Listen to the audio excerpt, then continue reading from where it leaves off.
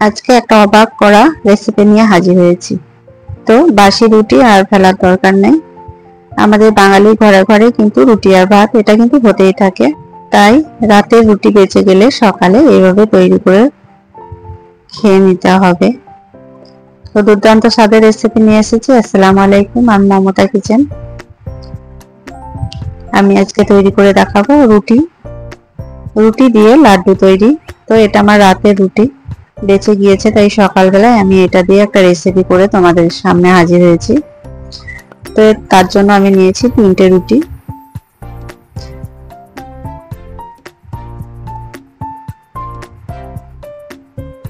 তো রুটিটা আমি পিস পিস করে কেটে নিচ্ছি ছোট ছোট করে।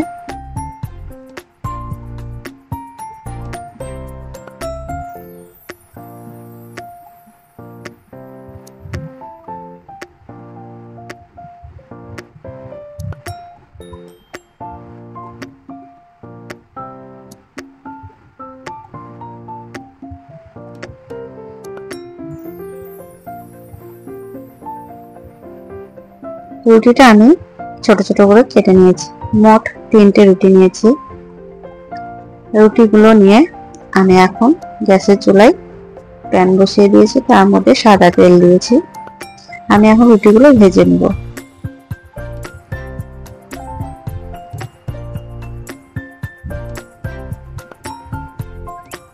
তো রুটিগুলো আমি দিয়ে দিয়েছি তেলের মধ্যে, দিয়ে আমি ভেজে নিচ্ছি। লাল লাল করে রুটিগুলো ভেজে নেব। রুটি দিয়ে যে এত সুন্দর একটা রেসিপি তৈরি হয় সেটা হয়তো সবাই জানে না, আর এটা আমিও জানতাম না। আমি একবার আগে করেছি ট্রাই, অনেক সুন্দর হয়েছিল, তাই আবার তোমাদের সঙ্গে শেয়ার করলাম এই রেসিপিটা। অসাধারণ একটা রেসিপি, ট্রাই করবে, ভালো লাগবে আশা করি। তো রুটিটা আমি লাল লাল করে ভেজে নিচ্ছি।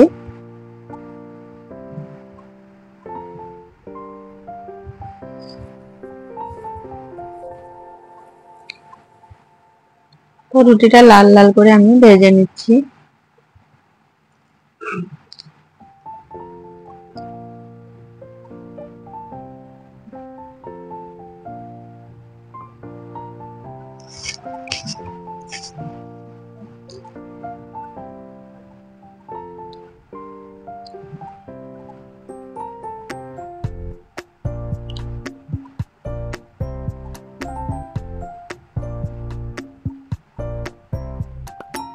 তো লাল লাল করে ভাজা আমার হয়ে গেছে, আমি এবার তুলে নিচ্ছি।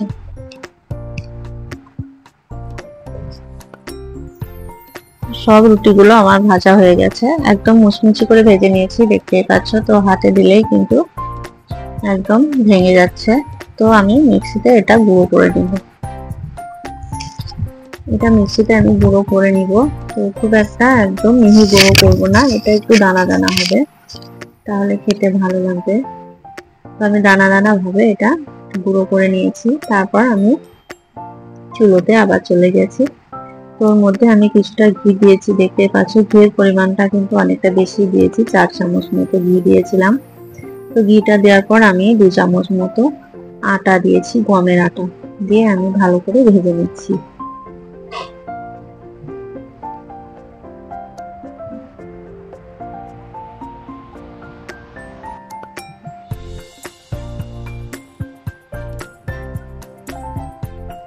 একটা এলাচ দিয়েছি। তারপর আমি রুটি যেটা গুঁড়ো করে রেখেছিলাম ওটা আমি দিয়ে দিলাম। ওটাতেও কিছুক্ষণ ভেজে নিব।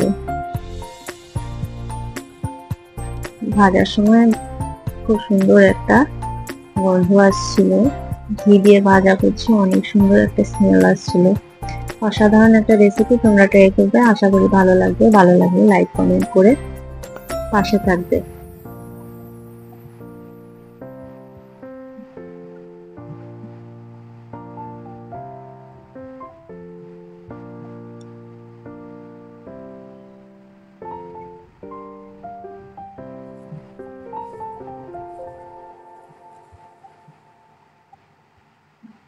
বাড়িতে কিন্তু সবাই অবাক হয়ে যাবে, বুঝতেও পারবে না লাড্ডুটা যে তোমরা বাসি রুটি দিয়ে এত সুন্দর লাড্ডু তৈরি করেছো। তো একবার ট্রাই করে সবাইকে অবাক করে দিও। তারপর আমি এর মধ্যে চিনি দিয়ে দিলাম। আমি 300 গ্রাম মতো চিনি এর মধ্যে অ্যাড করেছি।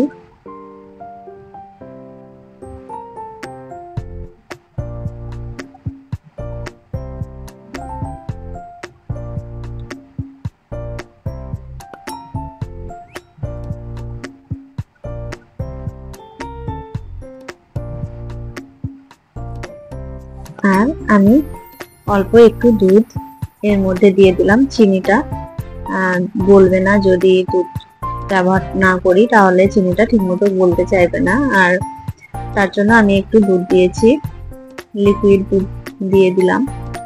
দেওয়ার পর নাড়তেই থাকবো এখন। তো এর মধ্যে আমি এখনো কিছু দিব, দেখতে থাকো তোমরা। তো এর মধ্যে আমি দিয়ে দিলাম নারকেল গুঁড়ো। এই নারকেল গুঁড়োটা তোমরা দিলে দিতে পারো, না দিলে না দিতে পারো। আমার ছেলের অনেক পছন্দ নারকেল গুঁড়োটা দিলে, তাই আমি নারকেল গুঁড়োটা দিয়েছি, তোমরা স্কিপ করতে পারো। তার মধ্যে আমি আবারও দিয়েছি, এটা দিলাম গুঁড়ো দুধ। 4 চামচ মতো আমি গুঁড়ো দুধ দিয়েছি। গুঁড়ো দুধ দিলে খেতে কিন্তু অসাধারণ হয়ে যাবে এই লাড্ডুটা। তো আমি গুঁড়ো দুধ ব্যবহার করলাম আর নারকেলের গুঁড়ো ব্যবহার করেছি। নারকেলের গুঁড়োটা তোমরা ব্যবহার না করলেও হবে, আমার বাড়িতে পছন্দ করে নারকেল গুঁড়ো, তাই দিয়েছি। তো এখন দেখো কত সুন্দর হয়ে যাচ্ছে এটা। এটা একটু শক্ত ভাবে আমি নামাবো, বেশ একটু শক্ত করে নামাবো, তাহলে খেতে কিন্তু অসাধারণ লাগে।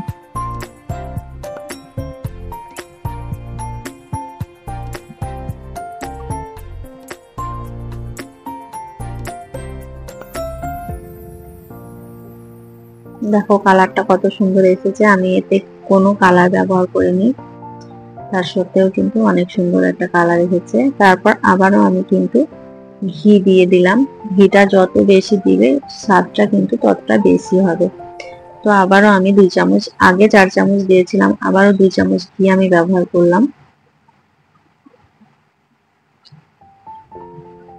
তো দেখতেই পাচ্ছ এটা টাইট হয়ে যাচ্ছে।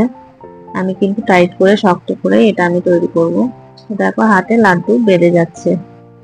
তো এইভাবেই তৈরি করতে হবে।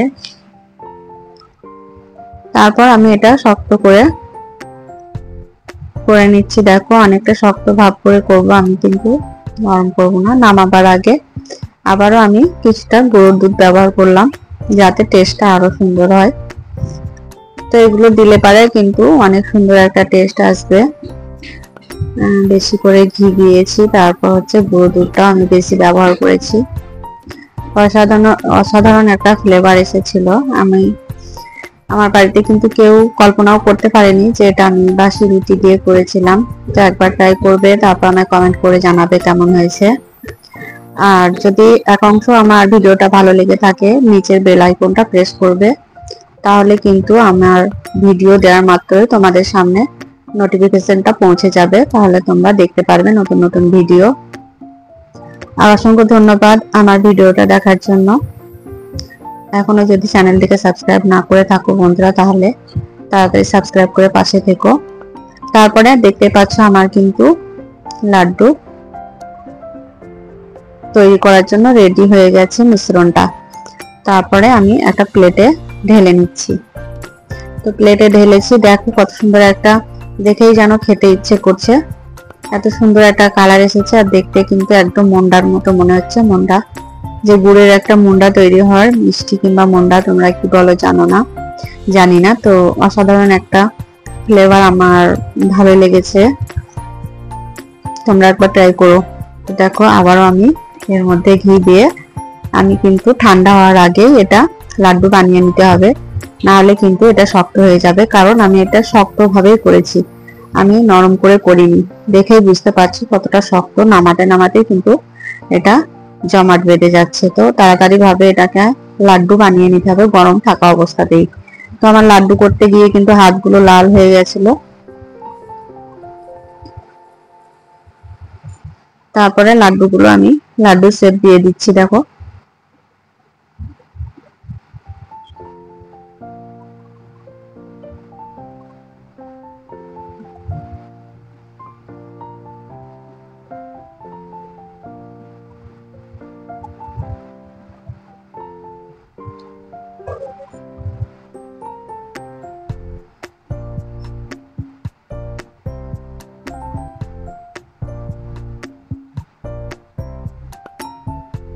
তো সবগুলো লাড্ডু তৈরি করে আমি তোমাদেরকে দেখাচ্ছি।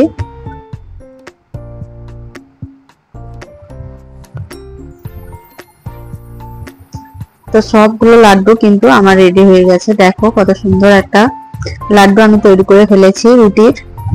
তোমরা একবার ট্রাই করো, ভালো লাগবে, ছোট বড় সবার পছন্দ হবে। আর লাড্ডুটা দেখতে যেমন সুন্দর, খেতে কিন্তু অসাধারণ। দেখে বুঝতে পারবে যে এটা কত সুন্দর হয়েছে, আর খেতে কতটা টেস্ট হবে সেটা দেখলেও বোঝা যায়। তো তোমরা সবাই ভালো থেকো, সুস্থ থেকো। আল্লাহ হাফেজ।